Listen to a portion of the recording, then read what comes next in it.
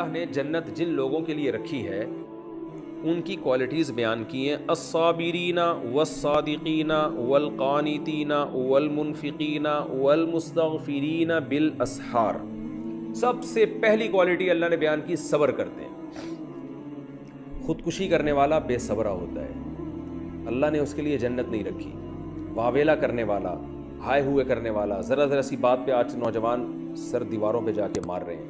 تو صبر جو ہے نا، صبر، اپنے آپ کو روکنا، یہ اللہ کو پسند ہے۔ چیخنا، چلانا، واویلا کرنا، یہ صفت اللہ کو پسند نہیں ہے۔ دوسری، الصادقین، سچے، 2 نمبر لوگ اللہ کو پسند نہیں ہیں، آج 2 نمبری کمال سمجھا جاتا ہے۔ القانتین، اطاعت کرنا، المنفقین، خرچ کرنے والے لوگ، کنجوس لوگ اللہ کو پسند نہیں ہیں، اور راتوں کو اٹھ کے گناہوں سے توبہ کرنے والے۔ آج وظیفوں پہ بڑا زور ہے، آپ کسی کو بتا دیں کہ صبح 4 بجے اٹھ کے آپ نے یہ وظیفہ پڑھنا ہے، اس سے آپ کا فلاں کام بن جائے گا، تو شروع ہو جائیں گے وہ لاکھوں مرتبہ۔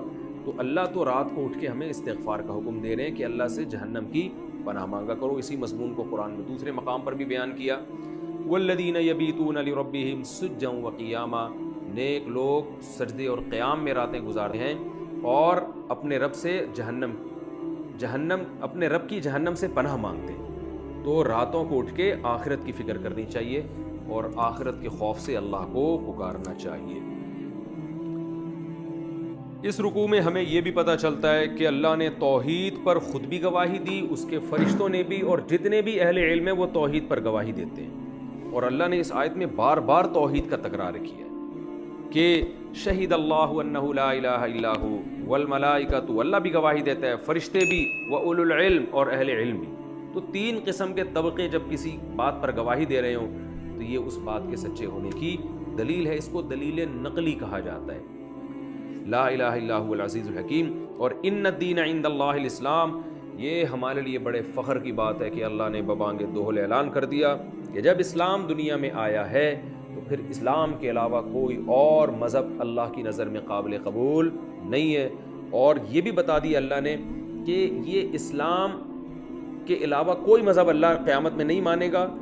سوال پیدا ہوتا ہے کہ غیر مسلم تو اسلام کو مانتے نہیں، تو اللہ نے اس کا بھی جواب دے دیا کہ یہ جو اختلاف کرتے ہیں اسلام میں، یہ دلیل کی بیس پہ نہیں ہے بلکہ ضد اور عناد کی بیس پر ہے۔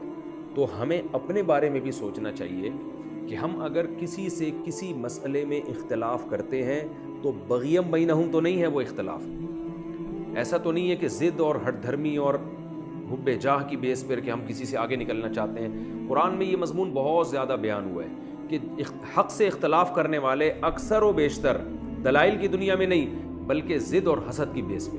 تو جو بیماری کامن ہوتی ہے اس کے بارے میں یہ سوچنا چاہیے کہ یہ بیماری میرے اندر تو نہیں ہے۔ کورونا پھیلا ہوا ہے، بہت سے لوگ ٹیسٹ کروا لیتے ہیں کہ یار تھوڑے سی بھی علامات ظاہر ہوتی ہے ٹیسٹ کروا لیتے ہیں کہ میرے اندر ایسا تو نہیں کہ یہ جرثومہ میرے اندر چلا گیا ہو، یہ وائرس میرے اندر آ گیا ہو اور میں بیمار ہو گیا ہوں۔ تو روحانی بیماریاں بھی جو ہوتی ہیں جس کے بارے میں قرآن کہتا ہے یہ اکثر لوگوں میں پائی جاتی ہیں، تو ہمیں اپنا بھی ٹیسٹ کرانا چاہیے کہ یہ بیماری کہیں ہمارے اندر نہ ہو۔ اس کا بہت خیال کرنا چاہیے۔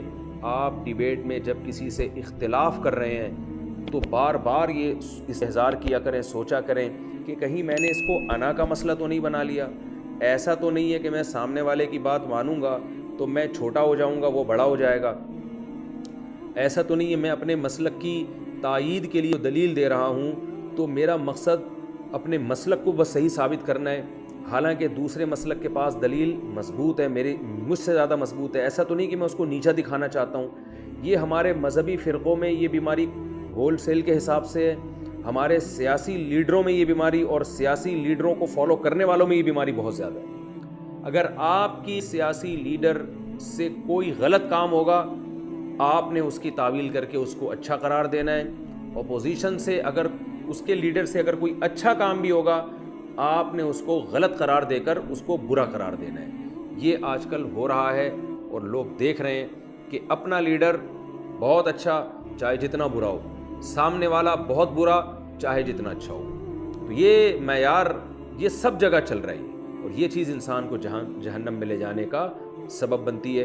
قرآن میں اللہ نے کیا فرمایا؟ اولو العلم قائما بالقسط، کہ اولو العلم جو گواہی دیتے ہیں انصاف پر کھڑے ہو کر دیتے ہیں، وہ رشتہ داری کو، اپنی سیاسی جماعتوں کو، اپنے مسلک کو درمیان میں نہیں لے کر آتے، جس چیز کو حق سمجھتے ہیں اس کو وہ بیان کرتے ہیں۔ تو ہمیں بھی اس کا خیال کرنا چاہیے۔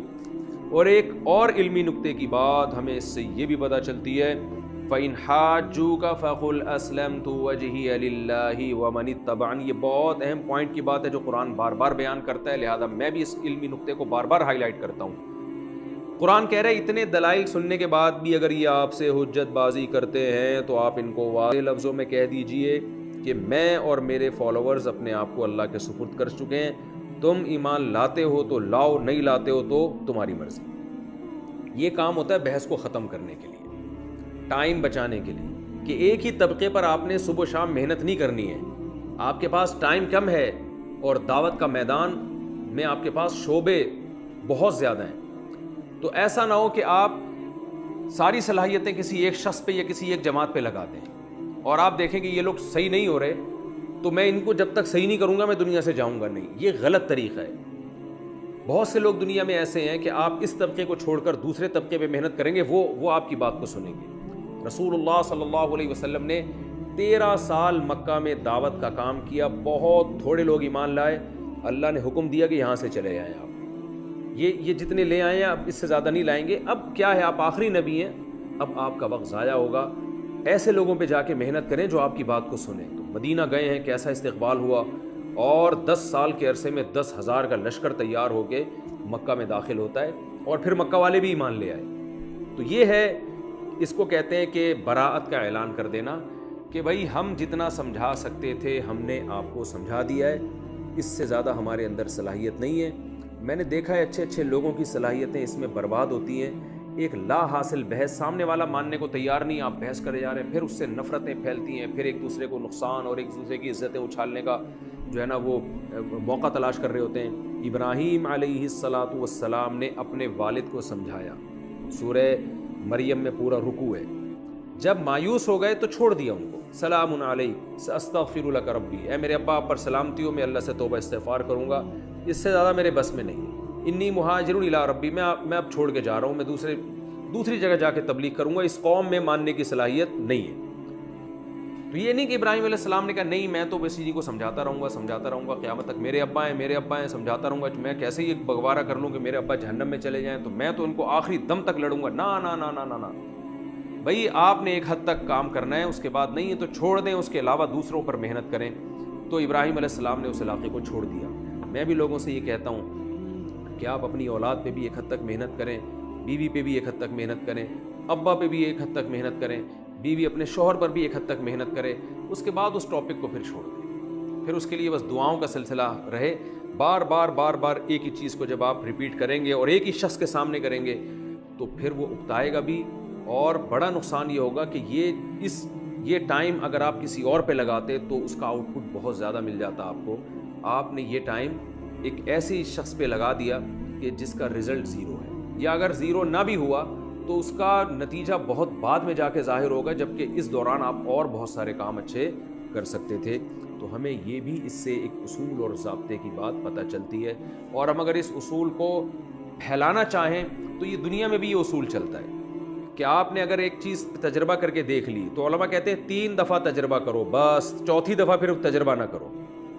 کوئی بزنس ہے، آپ کوئی جاب کر رہے ہیں یا آپ کوئی پڑھائی کر رہے ہیں، کچھ بھی کر رہے ہیں، تو آپ نے 2 سے 3 دفعہ تجربہ کرنا ہے، اس کے بعد ساری زندگی تجربوں کی بھیٹ نہیں چڑھانا، اپنے رخ کو پھر آپ نے چینج کرنا ہے۔ تو حدیث میں آتا ہے نا، لا یلدغ المؤمن من جحر مرتین، آپ صلی اللہ علیہ وسلم نے فرمایا مومن کو ایک سوراخ سے 2 دفعہ نہیں ڈسا جا سکتا۔